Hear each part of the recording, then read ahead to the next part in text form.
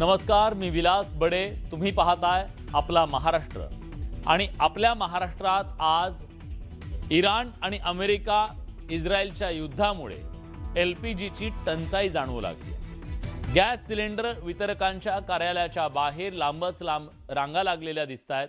Gas मिळाला नाही तर काय या चिंतेने सर्वसामान्य धास्तावलेले आहेत. म्हणून सगळी कामं सोडून आज ते रांगेत आहेत.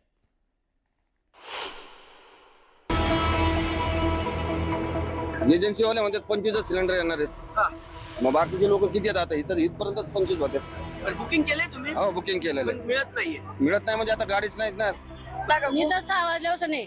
एक तर मला शुगर बीपीचा त्रास, आता इथं चक्कर यायला आली, पाणी घेऊन बाटली घेतली पाण्याची, पाणी 3 दिवस झाला गॅस संपला होता.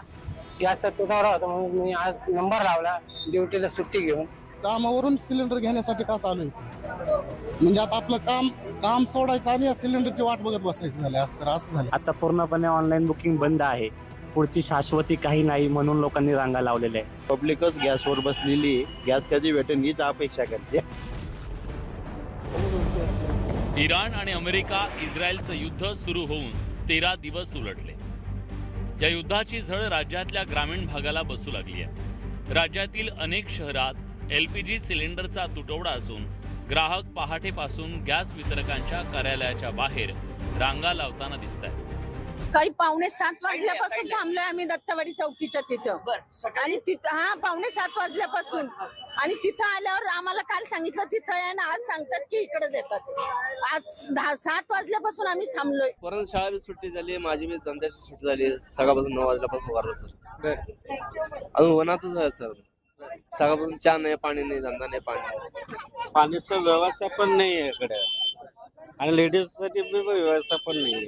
आमची टाकी आता उद्या जर संपली तर मग काय करायचं ना?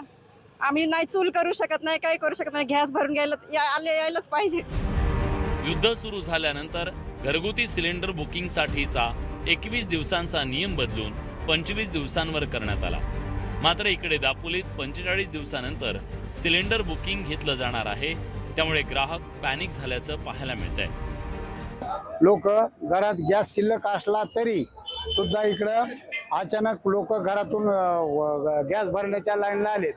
आणि इथं एवढी गर्दी आहे की बस सकाळी मी तर 9 वाजल्यापासून लाईनला आहे. आता समजा गॅस घरचा पण गॅस संपला तर इथं जर गॅस नाही भेटला तर करायचं का? आपण फ्लॅट मधून काय कुठं चूल पेटवणार नाही, आपल्याला लाकडं बिकडं कुठं भेटणार नाही. म्हणजे परिस्थिती गंभीर आहे सर.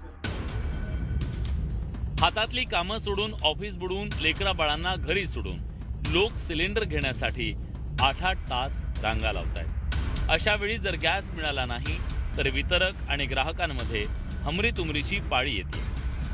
80 नंबर मेरा था, 40 नंबर में खत्म हो जा रहा पूरा माल. अभी हम लोग क्या करेंगे?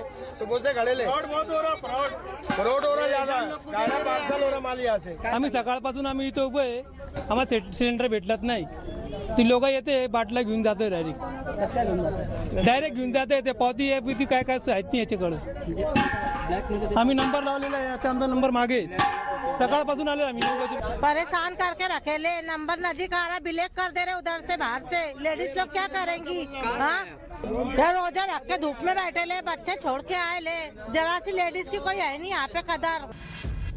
एकीकडे LPG सिलेंडर मिळवण्यासाठी ग्राहक लांबच्या लांब रांगा लावत असताना वितरक मात्र गॅसचा मुबलक पुरवठा आहे, लोकांनी घाबरून जाऊ नये असं आवाहन करताना दिसत आहेत. गॅसचा असा तुटवडा झाला. रेग्युलर गॅस येत आहे कंपनीकडनं तो सहकार्य पूर्ण आहे आपल्याला. फक्त कमर्शियल सिलेंडर मध्ये त्यांनी ते रिस्ट्रिक्शन आणलेलं आहे. आणि बुकिंग जी आहे ही 25 दिवसाच्या नंतरच होत आहे. तर ग्राहकांना आमचं तेच आव्हान आहे की त्यांनी बुकिंग करताना 25 दिवसाच्या नंतर बुकिंग करावं, पॅनिक मध्ये येऊन बुकिंग करू नये. एकीकडे गॅस सिलेंडर मिळवण्यासाठी राज्यात ग्राहकांची धावपळ उडाल्याचं चित्र आहे. युद्धजन्य परिस्थितीच्या पार्श्वभूमीवर सरकारनं व्यावसायिक गॅस सिलेंडर विक्रीला ब्रेक लावलाय. त्यामुळे घरगुती गॅस ग्राहकांची चिंता वाढली आहे. पण आज भारताकडे 40 दिवस पुरेल इतका LPGचा बफर स्टॉक उपलब्ध आहे. तसंच भारत आता केवळ मध्य पूर्वेवर अवलंबून न राहता अमेरिका आणि ऑस्ट्रेलियाकडून अधिक आयात करण्याच्या तयारीत आहे. केवळ साठेबाजी रोखण्यासाठी LPGच्या बुकिंगचा कालावधी 4 दिवसांनी वाढवण्यात आला असून नागरिकांनी घाबरून जाऊ नये असं आवाहन सरकारकडून करण्यात येत आहे. Bureau report, news 18 Marathi.